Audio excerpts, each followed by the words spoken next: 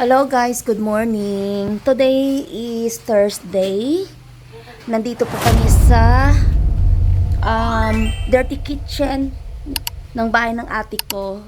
So, di doing that wall for 2 days. Ginawa nila for 2 days po iyan. Kasi nag-extend po yung ate ko ng roof dyan. So, dahil umuulan, panay hinto din yung trabaho nila. So, yung kuya ko pong gumagawa dito, ayan, marunong naman siya po mag-welding. Ayan po yung ginamit nilang metal frame dyan. Kasi yung bubong hanggang dito lang siya. So, ilalagyan ng another bubong.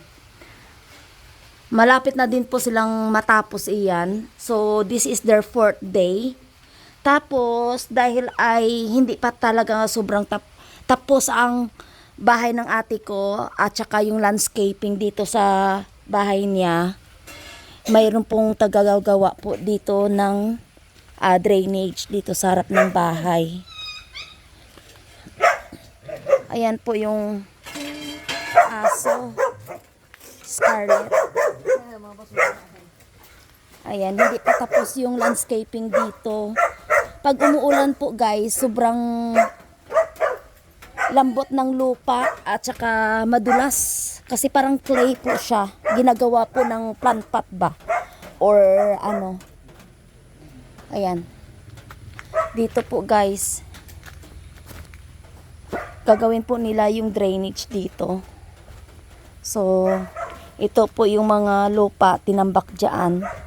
Mga tanim pa ng ate ko. May malunggay siya dyan, may saluyot. Ayan, dyan po kami kumuha ng saluyot nung nilagay po sa aming labong na ulam nung other day. Tapos, hindi pa talaga tapos yung bahay ng ate ko guys. So, ipakita ko lang guys sa inyo. Ito po yung bahay ng ate ko. Ayan. So, ayan po siya. And then,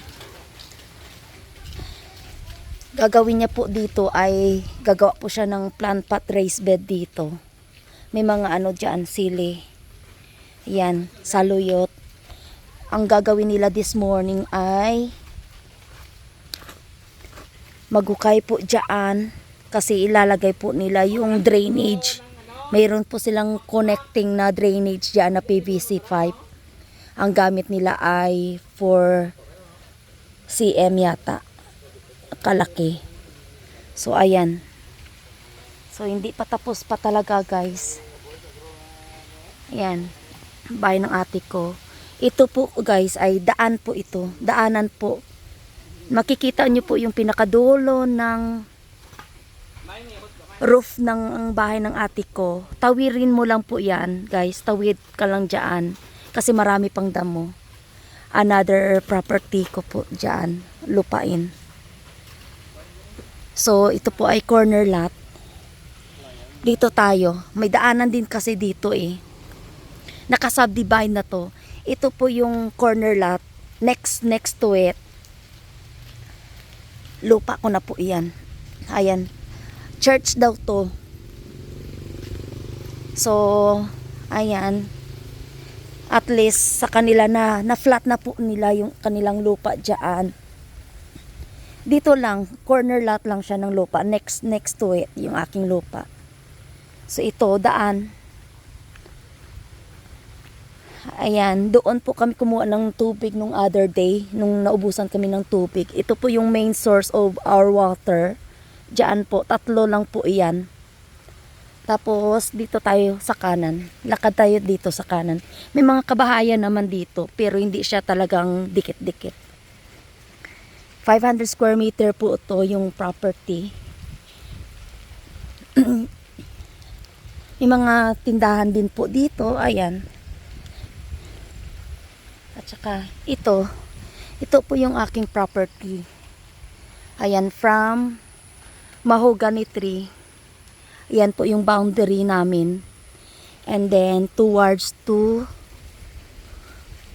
dito po yan, sa last na boundary, 1, 2 na mahogany. Ayan. Dito po siya. Sa pangalawang mahogany na malaki. Ayan, may mga malunggay pa. Akyat po yan doon. Doon, makikita niyo yung papaya. Makikita niyo yung pinaka poste, hindi masyado maklear. Ayan. Diyan, akyat po yan. Yung ate ko, nilagyan niya muna ng bahay kubo dyan for storage ng mga gamit niya para sa mga construction. So, tambakan lang muna siya. Tapos may mga kambing dyan minsan kumakain ng mga damo. Ayan. Nagtanim po kami nung kahapon, which is Wednesday, ng kalamansi na binili ko po. 4 yata o 5 punla na kalamansi na tubo na siya. Markot yata yun na kalamansi. So, ayan lang po guys. Nandyan yung aso nila o nakatali. Ayan po yung lupa ko ng 500 square meter. May mga naman may mga prutas at saka gulay. Ayan. Kailangan na lang talaga siya guys na damuhan, linisan, padiran. So in the moment, wala pang budget. So, yung sa side ng ate ko talaga, ang bahay ng ate ko is 300 square meter. Ayan po guys.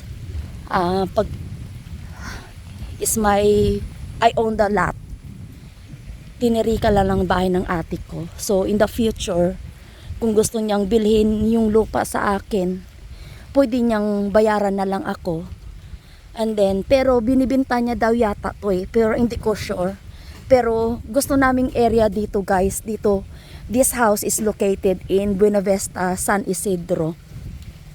Malapit lang kami sa seaport, is about 15 minutes. And also 5 to 10 minutes drive going to elementary school ng San Isidro. Ayan. Ayan yung transport namin. Tapos yung ate ko may 3 motorbike. Ayan yung isang motorbike, tapos ayun doon yung isa na gamit pa. Ayan po, 3 yung motorbike nila. So dito, in the moment, storage din to. Tambakan din po yan guys. Ayan, tambakan siya na mga gamit ng ate ko. Hindi pa kasi siya nakapag-decluttered. Talagang rush talaga to yung pag-move in nila guys. Nagawa yata to yung bahay. Took them 5 months din. Ayan. So the lot is 300 square meter. Hindi ko sure kung gaano kalaki yung pinatayo ang lupa ng bahay ng ate ko. Malaki kasi siya 3 bedroom, malaki yung lounge, may kitchen, may bathroom and shower para sa communal guest. Pero sa master bedroom, mayroon siyang shower and toilet. And then, may dirty kitchen siya. So, in the moment, naubusan ng budget ang ate ko, hindi pa namin matapos-tapos yung pag-ayos ng bahay, especially the landscaping. Kailangan kasi ito i-landscaping. Nakikita niyo ito yung na to, bahay kubo na yan. Gagawin niyang car garage yan. And then, maglalagay din po siya ng another separate annex house para sa panganay niyang anak. So, let's see kung ibibenta niya po guys, kung sino interest.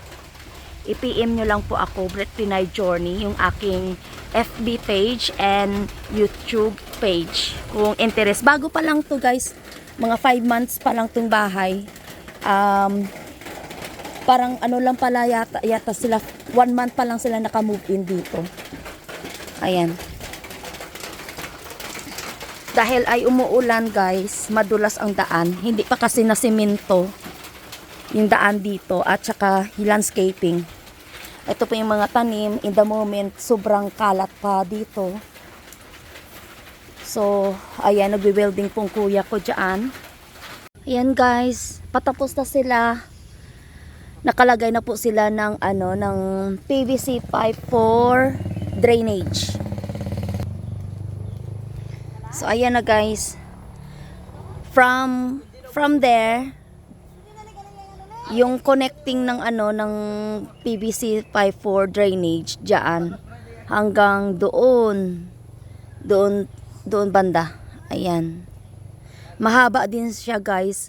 Drainage lang po siya ng water source galing from kitchen. So ayan guys. So yung mga natira-tirang mga lupa diyan, tinambak na lang doon sa itaas diyan kasi hindi pa siya patag, lower parts pa siya. Ayan. Kailangan pa talaga ng guys, ng landscaping, garden landscaping talaga. Ayan po. Ganyan po kalaking bahay ng ate ko. Hindi pa siya tapos. Hindi pa nakabakod po yan. Lagyan pa ng bakod yan guys pag may budget na. Ayan. Wala eh. Ngalak na naubos. Sige